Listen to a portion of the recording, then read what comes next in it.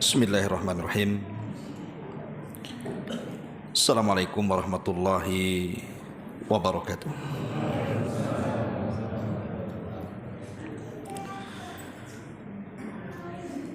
Bismillah wassalatu wassalamu ala rasulillah wa ala alihi wa sahbihi wa mawalah wa la hawla wa la quwata illa billahi wa ba'du. Alhamdulillah, segala puja dan puji hanya milik Allah subhanahu wa ta'ala. Salawat dan juga salam kita hadiahkan kepada Rasul kita Nabi besar Muhammad sallallahu alaihi wa ala alihi wasallam. Pertama-tama kita ucapkan Alhamdulillah, karena berkat nikmat Allah subhanahu wa ta'ala kita bisa bermuajah kembali di Tanjung Uban ini. Dan pembahasan sebagaimana kita akan bahas di malam hari ini, peristiwa-peristiwa besar yang terjadi di bulan Rabiul Awal. Memang tidak ada hadis ataupun ayat Al-Quran yang menjelaskan tentang keutamaan Rabiul Awal lain dengan bulan-bulan seperti Dzulqa'dah, Dzulhijjah, Muharram dan juga Rajab ataupun Ramadan. Jelas keutamaannya disebutkan di dalam Al-Quran dan juga sunnah Nabi sallallahu alaihi wasallam. Tapi Rabiul Awal ini tidak ada keutamaan khusus atau amalan-amalan khusus yang harus dilakukan di bulan Rabiul Awal ini. Tapi walaupun demikian, bulan Rabiul Awal ini bulan sejarah, atau boleh dikata semua sejarah Nabi dari awal sampai akhir itu diringkas di Rabiul Awal. Ada 4 peristiwa besar yang sebagiannya diperselisihkan dan sebagian disepakati. Pertama, kelahiran Nabi sallallahu alaihi wasallam. Yang kedua, diutusnya beliau menjadi rasul. Kalau menjadi nabi di bulan Ramadan, tapi diangkat beliau menjadi rasul itu 6 bulan setelahnya. Dan kalau kita hitung dari Ramadan 6 bulan setelahnya jatuhnya Rabiul Awal. Kemudian peristiwa yang ketiga, hijrahnya Nabi. Dan yang terakhir, wafatnya Nabi sallallahu alaihi wasallam. Ini semua terjadi di bulan Rabiul Awal. Lahir, diangkatnya beliau jadi rasul, hijrahnya rasul, dan wafatnya rasul. Berarti kan merangkum sejarah Nabi sebenarnya, awal, tengah dan akhir. Dan saya minta untuk malam ini, karena kita bercerita sejarah, mungkin agak lama nanti, habis Isya kita lanjut, karena cerita sejarah ini kan tidak bisa sepotong, harus lengkap, walaupun kita berusaha menyingkat dan tidak mengurangi yang penting-penting. Ma'asyiral muslimin yang dimuliakan Allah subhanahu wa ta'ala. Adapun kelahiran Nabi sallallahu alaihi wasallam, yang pertama kita cerita kelahiran dulu. Kelahiran Nabi sallallahu alaihi wasallam. Ulama berselisih pendapat tentang kelahiran Nabi sallallahu alaihi wasallam dari segi bulan. Ada yang mengatakan bahwa Nabi itu lahir di bulan Ramadan, dan itu pendapatnya Imam Ibnu Hazm Al-Zahiri. Tapi pendapat ini lemah karena tidak berdasarkan dalil, hanya akal saja. Ada yang mengatakan di bulan Rajab, tetapi pendapat jumhur mayoritas ulama mengatakan bahwa Rasul lahir di bulan Rabiul Awal, bulan kita sekarang ini. berarti bulannya diperselisihkan. Adapun tanggal juga diperselisihkan para ulama, tanggalnya berapa? Ada yang mengatakan tanggal 2 Rabiul Awal, ada yang mengatakan tanggal 8 Rabiul Awal, ada yang mengatakan tanggal 12 Rabiul Awal, ada yang mengatakan tanggal 18 Rabiul Awal, bahkan ada yang mengatakan tanggal 27. Dari sini kita tahu bahwa tanggal dan bulan diperselisihkan. Adapun yang disepakati pertama hari sepakat ulama. Nabi SAW lahir hari Senin. Kenapa? Karena Rasul pernah ditanya soal puasa hari Senin. Apa kata Nabi SAW? Dzakal ladzi wulidtu fih, itulah hari yang aku dilahirkan di dalamnya. Berarti sepakat Rasul lahir hari Senin. Kemudian tahun, sepakat ulama mengatakan bahwa Nabi SAW lahir tahun gajah. Kenapa disebut tahun gajah? Karena di zaman itu Islam belum ada penanggalan, sehingga penanggalan itu selalu dinisbatkan kepada peristiwa besar yang terjadi sebelum kelahiran. Jadi kalau ada tsunami, kemudian 5 hari setelah tsunami lahir bayi, maka nanti tahunnya tahun tsunami. Kalau ada gempa besar, kemudian 10 hari lahir bayi, nanti tahunnya tahun gempa. Begitulah orang dulu. Kalau membuat tahun itu disesuaikan dengan peristiwa besar. Lah kebetulan Nabi SAW ketika lahir itu terjadi perang gajah. Dan 50 hari setelah perang gajah itu lahir Nabi. 50 hari itu sekitar 1,5 bulan kurang lebih. Lahir Nabi SAW, makanya kemudian tahunnya disebut tahun gajah. Adapun penanggalan Hijriyah ini muncul di zaman Khalifah Umar. Gara-gara salah paham surat menyurat antara Amirul Mukminin dengan Abu Musa al-Asy'ari radhiyallahu anhu.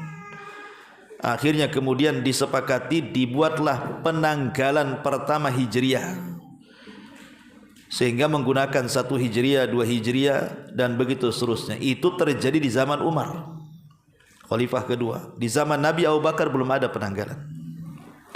Makanya masih merujuk kepada peristiwa soal tahun itu. Tetapi kalau kita rangkap semuanya mengikut kepada pendapat mayoritas ulama, berarti Nabi SAW lahir hari Senin di tanggal 12 di bulan Rabiul Awal dan di tahun gajah. Itu yang masyhur. Yang masyhur soal kelahiran Nabi SAW.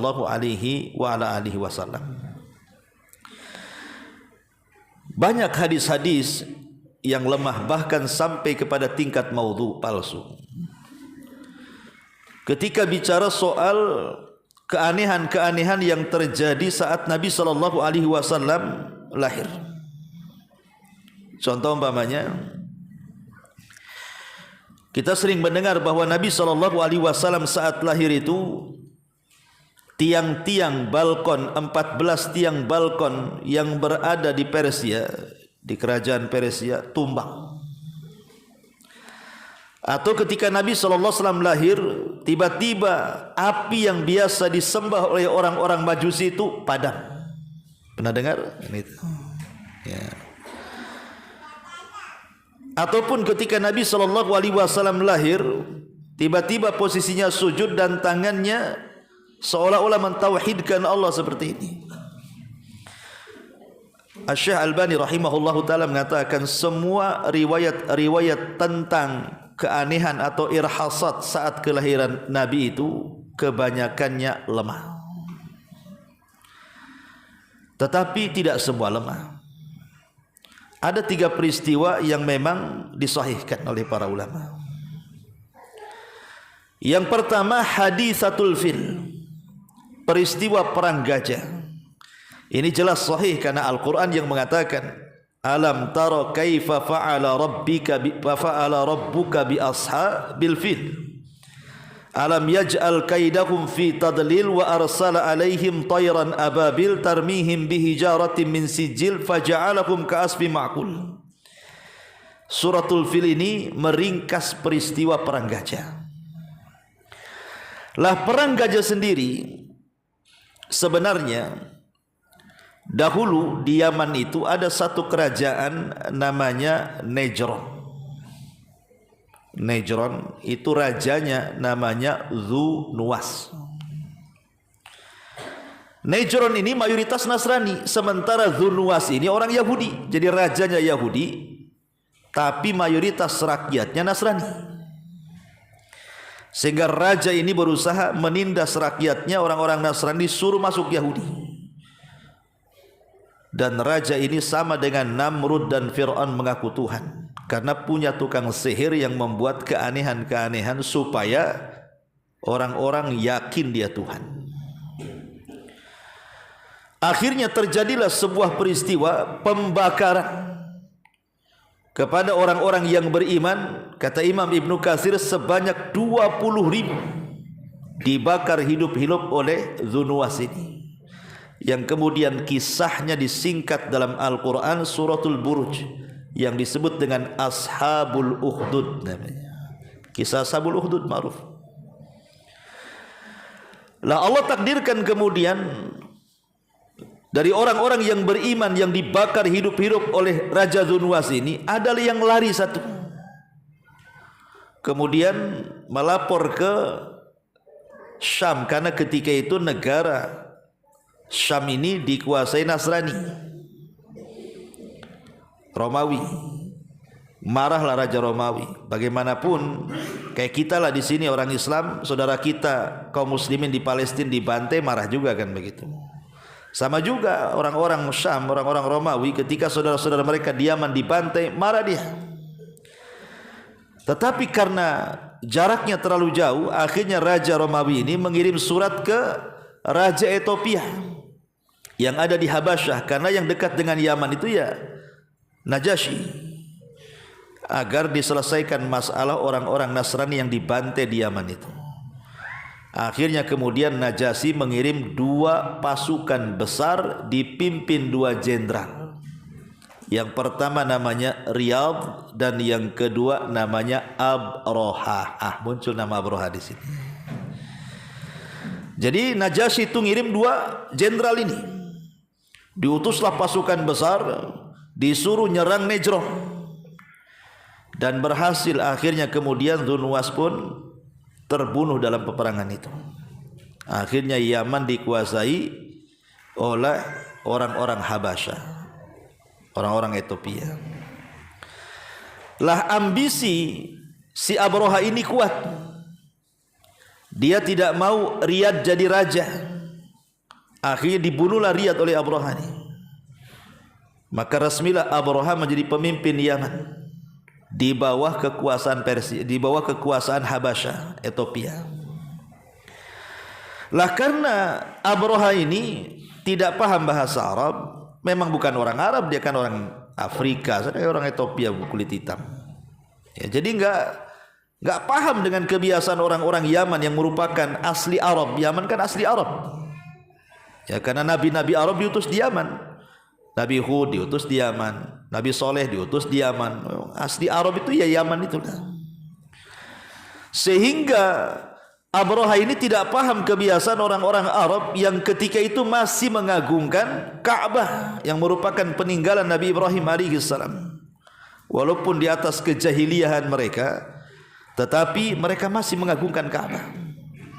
Jadi setiap tahun mereka datang ke Ka'bah, haji ala jahiliyah lah kan begitu ya, tepuk-tepuk tangan, siul-siulnya berhala gitu ya. Jadi Abroha ini berpikir, ngapain orang-orang Yaman tuh ngabisin duit katanya setiap tahun datang ke Ka'bah. Dari situ dia terpikir ingin buat gereja, karena dia Nasrani. Akhirnya dibuatlah gereja, saking tingginya disebut Qulais. Qulais itu ini kolam suah nih, namanya kolam suah nih. Kalau antum nenggak nih, jatuh dia ke belakang tuh kopiahnya. Saking tingginya, makanya gerejanya disebut Kullais. Saking tingginya itu. Sebab kalau nenggak itu pecinya jatuh ke belakang. Tentu dengan bantuan Raja Ethiopia kan itu. Dan betul-betul megah di zaman itu. Ketika gerejanya sudah jadi, kemudian Abraham mau memalingkan kiblatnya orang Yaman dari Ka'bah ke gerejanya, tidak ada satupun yang datang. Yang ada kemudian memicu kemarahan orang-orang yang di sekitar haram. Maka diutuslah anak muda untuk menghinakan gerejanya. Masuklah kemudian orang haram, orang yang ada di sekitar haram itu, jalan kaki dari Mekah sampai ke Yaman. Sampai masuk gereja, kemudian tembok-temboknya itu diletakkan kotoran manusia. Ya. Kemudian nitip pesan surat bahwa selamanya engkau tidak bisa memalingkan kiblat kami. Gitu. Wah, disitulah Abraham marah. Karena marahnya itulah akhirnya dia mempersiapkan pasukan besar yang disebut dengan pasukan gajah. Orang Arab itu tidak kenal gajah, karena di Yaman nggak ada gajah, di Mekah nggak ada gajah. Gajah itu yang ada di Afrika sana, di Ethiopia sana. Makanya minta dikirim gajah. Ada yang mengatakan gajahnya 4, ada yang mengatakan 8. Apa maksudnya gajah-gajah ini? Maksudnya Ka'bah itu kan segi 4 nih. Ya. Jadi gajah itu untuk narik setiap sisi. Jadi kalau dia dikasih rantai, nanti ditarik sama gajah ujung-ujungnya, nanti kan roboh gitu maksudnya. Itu maksudnya Abraham. Makanya dia bawa gajah. Lah gajah yang paling besar namanya Mahmud. Itulah gajahnya Abraham. Ada namanya Mahmud di sini. Nah, itulah gajahnya Abraham. Gajahnya Abraham itu namanya Mahmud. Ya. Jadi berangkatlah Abraham dengan pasukan besar menuju Mekah. Singkat cerita, banyak kabilah-kabilah Arab itu mau menyerang Abraham, tapi apalah daya, yang ada jadi tawanan. Sampai ketika Abraham sampai di daerah Taif namanya, di Taif itu ada patung Lata yang disembah oleh Hawazin dan Sakib. Mereka takut jangan-jangan Abraham menghancurkan Lata tuh. Akhirnya orang-orang Taif meminta agar jangan menghancurkan berhala mereka. Sebagai imbalannya mereka tunduk kepada Abraham dan memberi khirit, petunjuk jalan biar cepat jalannya ke Mekah. Kan di zaman itu nggak ada kompas, harus ada petunjuk jalan. Maka dikasihlah seseorang yang bernama Abu Rughal namanya. Abu Rughal. Abu Rughal ini petunjuk jalan dari Taif ke Mekah. Tapi sayang di tengah jalan Abu Rughal meninggal. Dan kuburannya sampai hari ini dilempari batu. Jadi kalau lewat kuburan Abu Rughal itu orang Arab itu suka melempari batu. Kenapa? Karena dia orang yang pertama berkhianat dari orang Arab. Dialah yang menunjuki jalan Abraham menuju Mekah. Makanya kalau orang Arab melakobi orang yang berkhianat itu disebut Abu Rughal. Ente ini Abu Rughal gitu orang Arab. Nah, jadi antum kalau yang berkhianat itu Abu Rughal tuh. Gitu ya. Jadi akhirnya kemudian Abraham pun sampailah di Wadi Muhassir. Orang yang haji tahu lah Wadi Muhassir itu. Ya. Lah ketika itulah kemudian Abraham meminta untuk memanggil siapa pemimpin Arab. Lah ketika itu yang memimpin Arab adalah kakeknya Nabi Abdul Muttalib. Ketika berhadap-hadapan Abraham dengan Abdul Muttalib, Abraham mengemukakan keinginannya untuk menghancurkan Ka'bah. Tapi Abu Talib tidak merespon. Justru dia merespon unta yang diambil oleh anak buahnya Abraham. Karena ketika pasukan ini melewati penangkaran unta, rupanya pasukan Abraham itu mencuri unta-untanya orang Arab. Salah satunya untanya kakek Nabi, 200 ekor unta. Dicurinya sama anak buah Abraham. Jadi kata Abdul Muttalib, ketika Abraham mengatakan, bagaimana pendapatmu kalau hancurkan tuh Ka'bah tuh? Kata Abdul Muttalib, ya hancurkan saja. Tapi saya kemari hanya ingin meminta mana unta saya. Kau curi unta saya. Kata Abraham, kenapa kau tidak sedih Ka'bah itu kuhancurkan? Disinilah keluar kata-kata Abdul Muttalib yang dicatat dalam sejarah. Apa kata Abdul Muttalib? Ya Abraham, Adapun unta-unta yang kau curi itu ada pemiliknya, aku pemiliknya. Adapun Ka'bah itu ada pemilik sendiri, Allah yang akan melindunginya. Kalau kau hancurkan, dia berhadapan dengan Allah lah. Akhirnya kemudian Abraha ini baik sebenarnya, dikasihkan juga unta-unta itu. Kalau jahat nah mungkin nggak dikasih, dikasihkan unta-unta itu. Kemudian Abdul Muthalib pulang. Sebelum kemudian Abdul Muthalib ini memberikan arahan kepada orang-orang atau kabilah-kabilah sekitar Ka'bah untuk menyingkir takut kemudian mereka terkena serangan Abraha, dia sempat masuk ke dalam Ka'bah dan berdoa dengan penuh keikhlasan. Itulah orang-orang Arab itu, di atas kemusyrikan mereka, kalau lagi genting itu doanya sama Allah, tapi kalau lagi senang doanya sama Lata, Uzza, Manat, Hubal. Itulah orang-orang musyrik itu di zaman itu. Tapi lebih parah lagi musyrikin di zaman sekarang. Susah senang syirik aja. Susah datang ke dukun, senang dukunnya makin banyak. Kan itu. Kalau orang dulu itu kalau buat syirik lagi sulit susah aja baru dia syirik. Kalau lagi senang susah itu mereka menyembah Allah, tapi kalau lagi senang baru mereka melakukan kesyirikan. Itu yang dilakukan Abdul Muthalib. Kemudian ketika orang-orang di sekitar haram sudah menjauh, mereka nunggu dari atas kan kira-kira apa yang terjadi, itu. Ketika di Wadi Muhassir itulah Abraha hendak mengarahkan gajahnya pula tak mau bangkit. Diarahkan kemana saja mau dia, tapi kalau diarahkan ke Mekah tidak mau bangkit gajah itu. Mau dipecut bagaimanapun tidak mau bangkit. Akhirnya sudah putus asa Abraha ini, dia mau berjalan dengan kaki dan kuda-kudanya.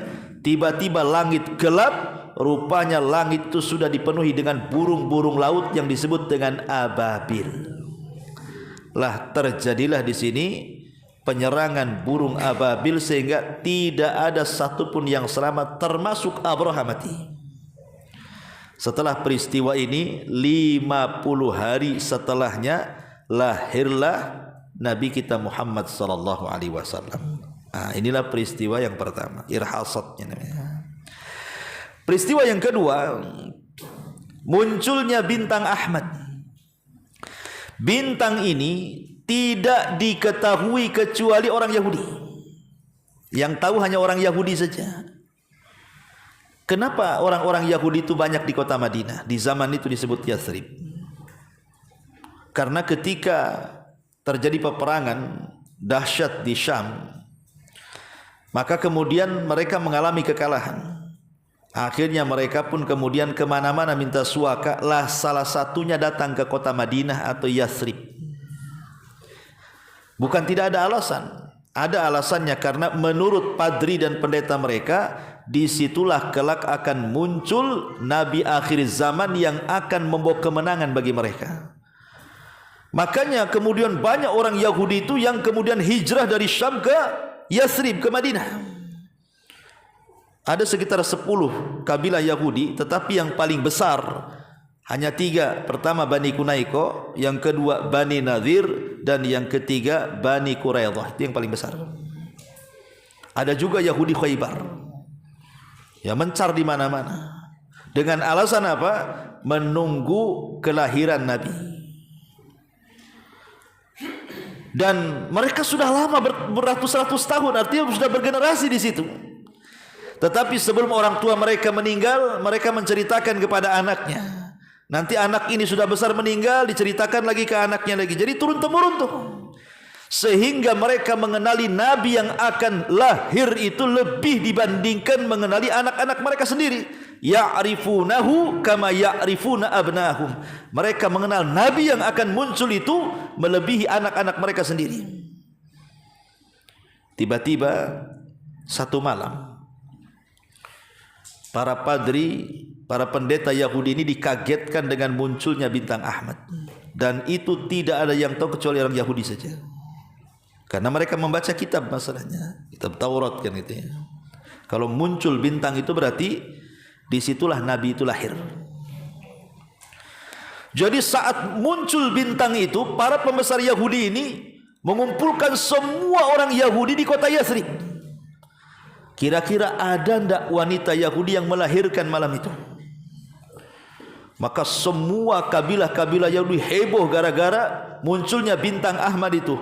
Allah takdirkan tidak ada satupun wanita Yahudi yang melahirkan malam itu. Mulai cemas-cemas harap nih pendeta ini. Kenapa bintang sudah muncul kok nggak ada yang lahir dari kami, katanya.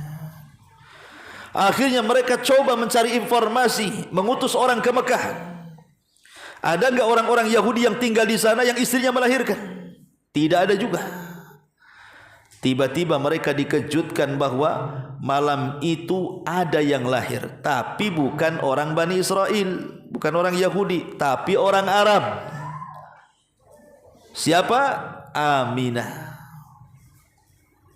ibunda Nabi SAW, melahirkan Nabi kita Muhammad saat bintang itu muncul. Dari situlah para padri, para pendeta Yahudi menangis dan mengatakan, "Zahabat nubuwatu Bani Israel." Telah hilang kenabian Bani Israel dan telah diambil oleh Bani Ismail. Karena Rasul keturunan Ismail. Ya. Kenapa orang Yahudi kecewa coba? Karena selama mereka menetap di Yathrib atau belakangan disebut Madinah itu, mereka musuhan dengan orang Arab. Perang itu dia biasa dengan orang Arab. Jadi seolah-olah kenapa nabinya kok dari musuhnya gitu maksudnya. Kenapa jadi dari Arab nabinya? Kami yang sudah ratusan tahun ini menunggu-nunggu kelahiran, disangkanya nabi itu masih dari turunan Bani Israel, rupanya dari Bani Ismail. Sejak itulah tokoh-tokoh Yahudi, mereka walaupun tahu itu kebenaran, tidak pernah beriman kepada Nabi. Orang Yahudi itu degil mereka. Jadi selama Rasul hidup di kota Madinah berdakwah itu tidak kurang dari 10 orang, bahkan kurang dari 10 orang, bisa dihitung dengan jari yang masuk Islam itu sampai wafatnya Nabi. Walaupun tokoh mereka masuk Islam, Abdullah ibn Salam, tetap saja orang-orang Yahudi pun tidak masuk Islam, padahal tokohnya masuk Islam itu Abdullah bin Salam itu. Padahal mereka tahu kebenaran. Yang herannya adalah orang-orang musyrik Arab yang ada di kota Madinah, di kota Yathrib, yang hidup berdampingan dengan orang-orang Yahudi, justru mereka yang beriman kepada Rasul. Padahal orang musyrik itu tidak punya maklumat kenabian kan. Mereka tidak punya kitab, lain kalau Yahudi punya kitab. Tapi kenapa kemudian orang-orang musyrik Khazraj dan Aus yang ada di Madinah, mereka pula beriman kepada Rasul dan belakangan disebut Ansor? Itulah gak habis pikir. Harusnya yang pertama beriman kan orang Yahudi kan gitu ya. Karena mereka ratusan tahun menunggu Nabi itu muncul, sudah muncul tanpa beriman. Tapi orang-orang musyrik yang tidak ada maklumat, mereka hanya dengar orang Yahudi ngomong, kalau mereka kalah perang, awas nanti Nabi kami muncul, habis kalian.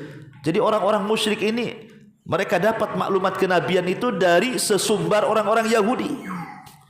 Makanya ketika ada 12 tokoh-tokoh Khazraj yang haji sebelum hijrah, Nabi SAW berjumpa dengan Nabi di Mekah.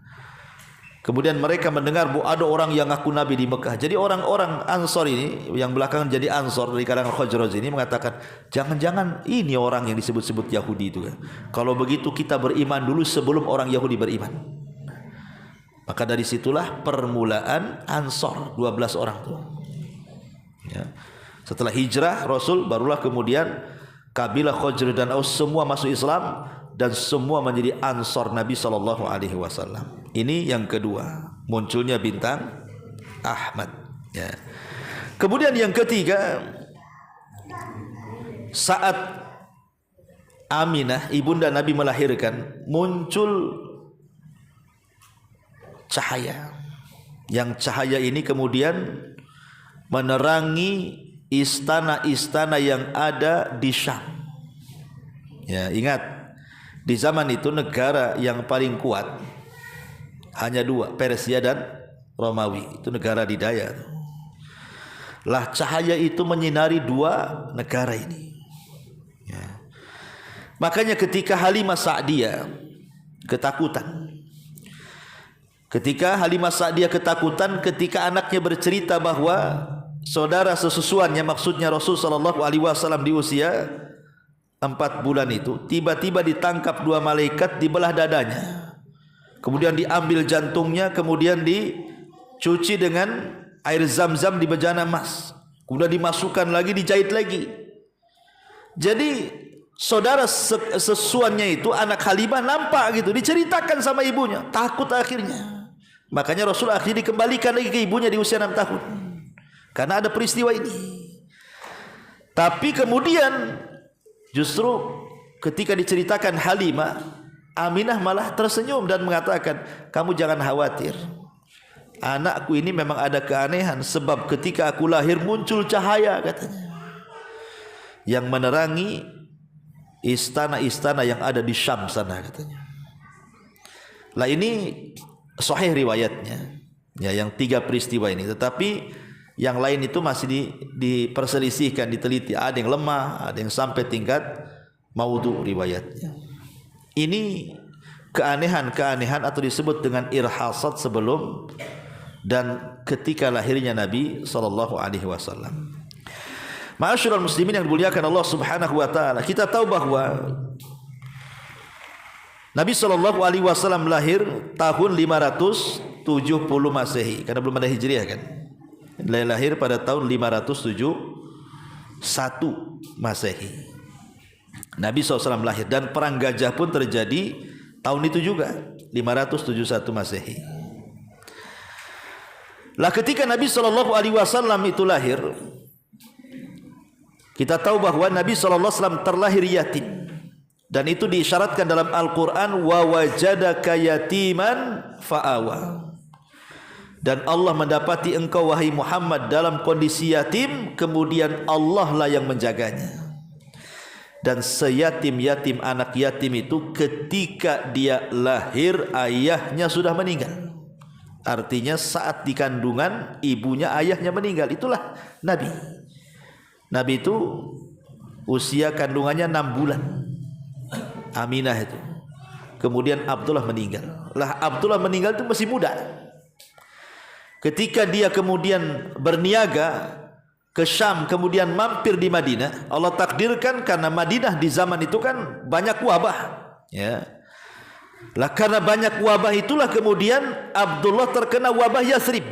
Sebab wabah itulah kemudian Abdullah meninggal. Mungkin kalau semacam corona lah di zaman sekarang kan. Oh, zaman itu apa namanya? Pokoknya wabah lah kan itu.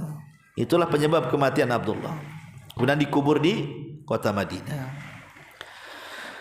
Jadi kebiasaan orang Arab itu ikhwan, kalau bayi lahir mereka tidak disusui oleh ibunya. Terutama orang-orang kota. Mereka tidak mau menyusui anak yang dilahirkannya. Tapi mereka akan kirim ke desa-desa. Bukan tidak ada alasan. Alasannya pertama karena desa itu masih asri, masih sehat, kondisinya juga masih bersih. Yang kedua bahasanya belum dicampur-campur. Bahasa Arabnya itu masih fasih. Lain dengan orang kota ini, kadang-kadang kayak kita lah di bahasa Indonesia kan itu. Kalau orang kota ini kadang-kadang kan banyak bahasa-bahasa gaul tuh. Orang desa mana paham bahasa gaul? Ya, orang desa nggak kenal lu gua kan itu. Itu kan bawaan dari kota aja ke desa. Niru-niru lah orang desa. Ya. Lah orang desa ini kalau bahasa Arab masih fasih, makanya, dan orang Arab itu berbangga dengan bahasa. Mereka senang dengan syair-syair, makanya anak mereka jangan sampai terkontaminasi bahasanya. Makanya diletakkan di desa. Kemudian yang ketiga, latihan fisik. Di desa itu fisiknya kuat dan banyak faktor lah, makanya itu adat mereka. Adat mereka itu menyusukan anak itu justru dicarikan ibu susuan. Lah ketika itulah kemudian datang rombongan, ketika musim lahir itu datang rombongan dari Bani Sa'idah, sekitar 40 wanita mencari anak susuan ke kota. Ketika mencari anak susuan ke kota, semua wanita dari Bani Sa'idah itu mendapatkan bayi yang mereka kehendaki untuk disusui, kecuali satu wanita namanya Halimah Sa'diyah. Itu wanita yang paling fakir di kabilahnya, datang telat. Ketika sampai di Mekah, bayi pula sudah habis. Rupanya masih ada satu bayi, itulah Nabi SAW. Kenapa tidak diambil sama 40 wanita sebelumnya itu? Karena mereka menganggap ini bayi orang miskin. Kalau saya susui, apalah imbalan saya? Nggak ada yang mau ngambil. Lah sebenarnya Halimah Sa'diyah pun disebutkan dalam sirah itu tidak hendak mengambil bayi itu, cuman dorongan suaminya Abu Kabsy dan mengatakan kepada Halimah, sudah ambil saja, daripada kita pulang kosong, ambil saja, la'allahu khair, jangan-jangan ada berkah dan kebaikan dari bayi ini. Akhirnya kemudian diambil tuh bayi itu. Rupanya betul kata Abu Kabs, ini suami daripada Halimah Sa'diyah, malam itu kambing yang mereka bawa yang tadinya tidak ada susunya penuh dengan susu, ketika diperah itu mereka bisa minum dengan kenyang. Itu keajaiban luar biasa. Setelah itu unta yang mereka tunggangi dari Bani Sa'idah ke Mekah itu tiba-tiba sehat, bisa lari kencang. Bahkan wanita-wanita yang pulang duluan bisa dikejar sama dia, dan dia sampai pula duluan ke Bani Sa'idah. Dan ketika itu Bani Sa'idah terjadi pacaklik hebat sehingga banyak kambing-kambing kelaparan sehingga kurus. Ketika Nabi SAW sampai saja di Bani Sa'idah, hujan deras akhirnya membawa keberkahan kepada Bani Sa'idah. Itulah kehadiran Nabi SAW. Tapi di pangkuan Halimah Rasul tidak lama, hanya 6 tahun saja. Sebab setelah peristiwa pembelahan dada itu Halimah tidak mau, akhirnya mau mengembalikan kepada ibundanya Aminah. Lah setelah kemudian di pangkuan Aminah di usia 6 tahun, Aminah ini ingin memperkenalkan ayahnya yang ketika lahir ayahnya sudah meninggal. Jadi dia ingin mengenalkan, loh kuburannya ada di sana. Ketika itu Rasul sedang usia berapa? 6 tahun. 6 tahun mereka diajak safar. Diajak safar dari Mekah ke Madinah pakai unta. Ya, memang orang Arab itu fisiknya kuat-kuat, kecil-kecil tuh. Dan tidak dimanja sampai hari ini. Orang Arab itu nggak pernah manja anaknya. Saya pernah lihat orang Arab itu anaknya kecil usia 4-5 tahun itu minta apa, guling-guling di tanah, dibiarkan sama orang tuanya. Nangislah sepuasnya kok di situ bahasanya. Kalau kita nangis sedikit, apa telah jadi manja, nah tuh biarkan saja kan itu. Makanya cepat dewasa orang sana. Makanya kecil-kecil minta kawin karena cepat dewasa. Taib, ma'asyiral muslimin yang dimuliakan Allah Azza wa Jalla. Kemudian berangkatlah kemudian Rasul dengan ibundanya Aminah dan dengan Ummu Aiman pembantunya. Allah takdirkan sampai di Madinah setelah ziarah kuburan, kemudian menetap beberapa hari, 3-4 hari, kemudian pulang ke Mekah. Sampai di Abwa, rupanya ibundanya sakit. Disitulah kemudian meninggal Aminah dan Rasul menyaksikannya di usia 6 tahun tuh.